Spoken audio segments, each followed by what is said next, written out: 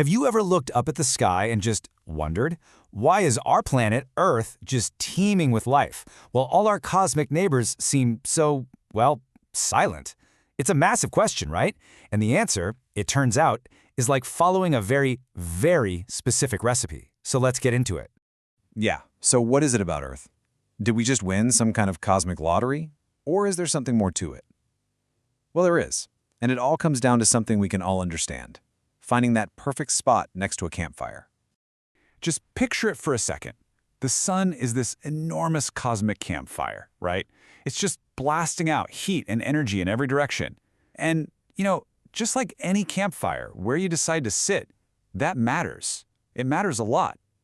And that super simple idea, that's really the key to this whole thing. Okay, so this perfect spot actually has a fancy scientific name. It's called the habitable zone. You've probably heard it called the Goldilocks zone too, right? And that name is perfect because it really is all about not being too hot, not being too cold, but being, you guessed it, just right. So, what defines this zone? Well, it all boils down to one absolutely crucial ingredient: liquid water. Think about it. If a planet is huddled up too close to that cosmic campfire, any water on it is just going to boil away. Poof, gone. But if it's way out in the cold, that same water freezes solid. So for life, at least life as we know it, you need to be in that really narrow, precious band where water can just flow.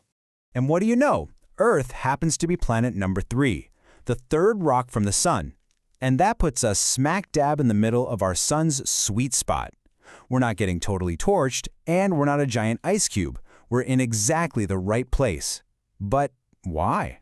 Why is liquid water such a big deal anyway? Well, that perfect temperature, that just right climate, it all points back to that one secret ingredient we were just talking about: H2O, water. It's all about keeping water in the form that life can actually use. And here's the kicker. Liquid water is basically the universal solvent. What does that mean? It means it's the ultimate mixer. It's the liquid stage where all the complicated chemistry of life can actually happen. It's what carries nutrients around, it helps keep temperature stable. It's doing all the heavy lifting for those complex reactions that, make us us. Without liquid water, life it doesn't even get off the starting blocks. But hold on, it's not just about temperature. This is a really key detail. You also need enough pressure from an atmosphere. The best way to think about it is like putting a lid on a pot of boiling water on your stove. You know how without the lid, the steam just goes everywhere and the water disappears pretty fast? Well, our atmosphere is like that lid. It pushes down on our oceans, creating enough pressure to keep them from just boiling off into the vacuum of space. So, okay, what happens when a planet gets this recipe wrong? We actually don't have to look very far for examples. All we have to do is take a little peek at our next-door neighbors, Venus and Mars. They give us a perfect picture of what happens when you're not in that just right zone. And if we go back to our campfire analogy, it makes total sense. You've got Venus huddled way too close to the fire. It's so hot that any water it had just boiled away billions of years ago. Then you have Mars, sitting a little too far away, out in the chilly zone. All its water is just locked away as solid ice. And then you have us, Earth, sitting in that perfect sweet spot, enjoying these huge, beautiful liquid oceans. And let's be really clear here. Venus isn't just a little warm. It's an absolute furnace. We're talking about a runaway greenhouse effect, an atmosphere that would crush you flat, and surface temperatures hot enough to melt lead. It's a nightmare. And Mars? It's the other extreme, a frozen, barren desert constantly getting blasted by cosmic radiation because it has barely any atmosphere or magnetic field to protect it. So, as you're probably thinking, being in the right place is huge. It's like the main course of the meal, but it's not the only thing.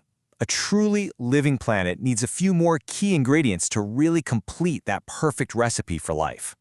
And Earth really has the whole package deal. It's not just our location. We've got this amazing, protective atmosphere that gives us air to breathe and that pressure we talked about. We have a magnetic field that acts like a giant shield, deflecting dangerous stuff from the sun.